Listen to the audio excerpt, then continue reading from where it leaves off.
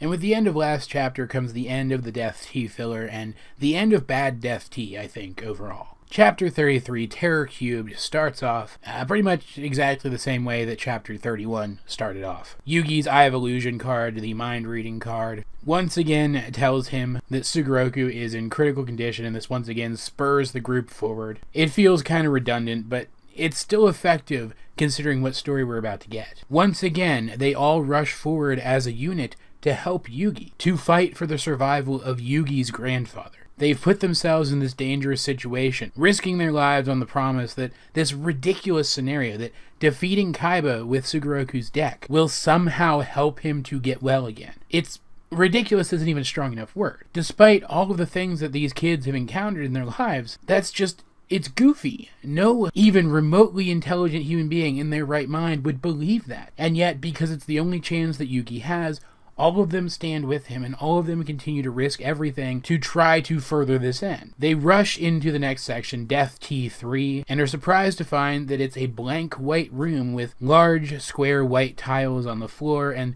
the only exit is high up on the wall. The door behind them obviously slams closed. They can't leave that way. As always, as it has been since the start of this game, there is no going back. And for a while, nothing happens, giving them a chance to just sit together and reminisce. We get a little aside from Kaiba, where it's heavily implied that he did intend for all of Yugi's friends to accompany him and play this game with him. I mean, he had to have at this point. He likewise very heavily implied in the previous chapter that he designed the Chop Man game specifically to defeat Jinochi. And the Guillotine game literally would not have worked without 4 people. I don't know what assurance he had that all 4 of them would come together in time to play this game together. As I've mentioned before, he had absolutely no assurance that Honda would show up. But somehow he must have known. However, he does admit here that he's underestimated the bond between these people. And it's clear that while he's still not worried, while he still expects Yugi to lose, he does want to sever that bond. I'm not really sure why he'd worry about that, considering that Death T4 and Death T5 are games that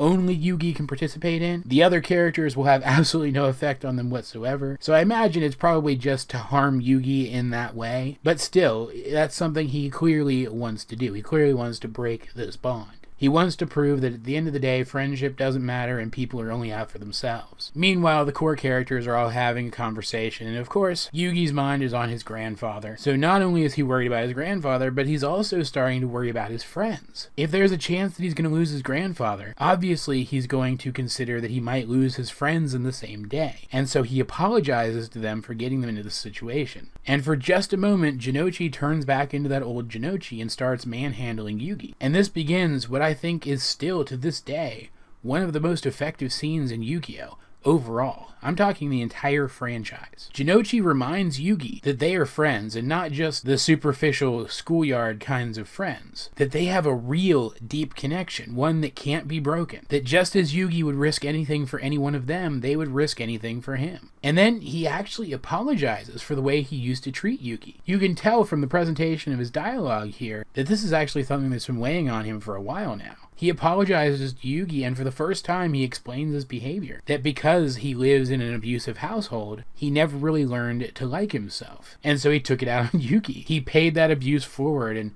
thanks to Yugi, now he has learned to like himself. Thanks to the friendship that Yugi showed him, he has learned to like himself. And it's changed him as a person, it's bettered him as a person, and now he really understands what it means to care for somebody. This is also when Honda admits that he has anger problems, or at least he used to. It's implied that the bond that he created with these people and the time he spent with them has helped him to conquer those anger problems. This is excellent dialogue that doubles as excellent character development, or character reaffirmation at the very least, because while I don't think the stuff that Honda confesses here was as obvious, all the stuff that Jinochi talks about here is stuff that we can infer from his past characterization. This is a reaffirmation of that characterization, which also furthers the characterization by showing us that Jinochi has come to terms with that part of his past, is confronting it and moving forward from it. But what's most important here is that all 4 of them reaffirm the bonds of friendship between them. There's a scene in the first episode of the Yu-Gi-Oh! Duel Monsters anime, where right before Yugi goes off to play Duel Monsters against Kaiba, Anzu marks all 4 of their hands together with 4 segments of a smiley face, a symbol of their friendship and unity. This scene is actually placed in this chapter in the manga. But of course, this is the exact bond that Kaiba wants to sever, So as soon as that bond is reaffirmed, Death T3 starts properly. Giant cubes of stone start falling from the ceiling, landing in spaces which correspond with the square tiles on the floor. And while they land far too perfectly, even so much that once almost the entire floor has filled up, the stones start to stack perfectly on top of each other, I don't mind it. Like, it's nonsense, it doesn't make sense in terms of real life physics, but it doesn't matter, because now there is a clear and present danger to all four of these characters, who, thanks to the narrative of this chapter up to this point, you care about now more than ever, in real, immediate danger. At any moment, one of them could die. The narrative is accelerated forward at a breakneck pace, and on top of that, Anzu's presence here is finally justified, because she realizes almost immediately, thanks to her dance training, that the cubes of stone are actually falling in a pattern which corresponds with the beat and tempo of a dance. And once she gets a feel for that tempo, she's able to advise them where to go, and as the stones start stacking on top of each other,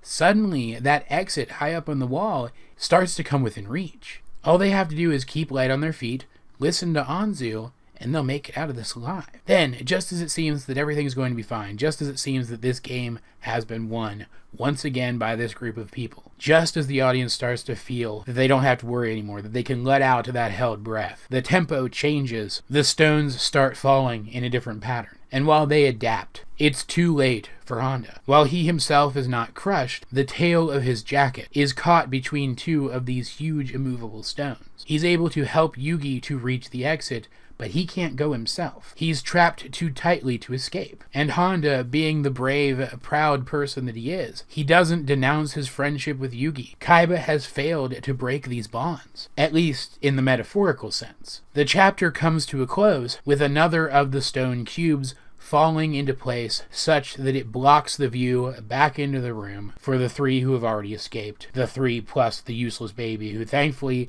didn't do anything in this chapter at all. And Hernândez's fate is left uncertain. The chapter and the volume that it's in end on this cliffhanger, and it is still to this day one of the most effective cliffhangers in this entire franchise. I mean, think about it. The mere fact that Hernândez's development in this chapter was basically tacked onto the end of Jinochi's proves that Hernândez is probably the most ancillary member of this group. I mean, if you really think about it, even back at the guillotine puzzle, if they'd only had Yugi, Jinochi, and Anzu, let's say that the correct button had ended up behind the empty hole. One of the other three could have reached through that empty hole and pressed it. As much as I keep saying that Kaiba must have known that all three of Yugi's friends would become involved in this, at the end of the day, Hernândez didn't need to be here. If any of these characters are going to be killed off, it's him. So the threat here feels real. And while I will go ahead and spoil it right now, and while you may not even need me to, if you've seen the anime or even know anything about it and how cheap death becomes in it later on, Hernândez does not die here. But especially looking at this from the perspective of someone who was just reading this for the first time as it was being released, it really does feel like he could, and I think at the end of the day that's what matters. Even going back and rereading this now, knowing that he survives, I can still see how it's possible that he might not have survived this. I still feel the need to worry for his safety, which just tells you how effective the storytelling here actually is. This is, I think, maybe not overall the most thrilling chapter of the Death T arc, but at the very least the best written and the best executed chapter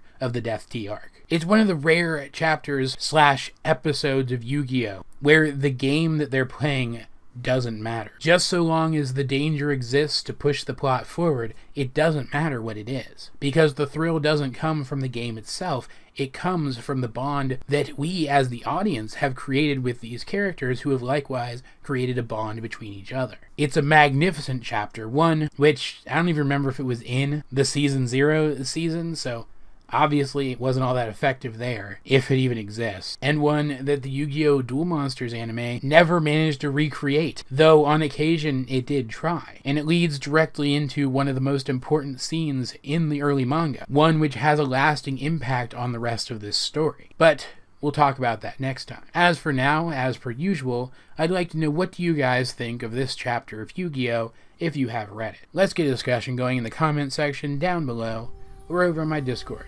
Link in the description. Either way though, this has been AJ22 and I will talk to you guys later.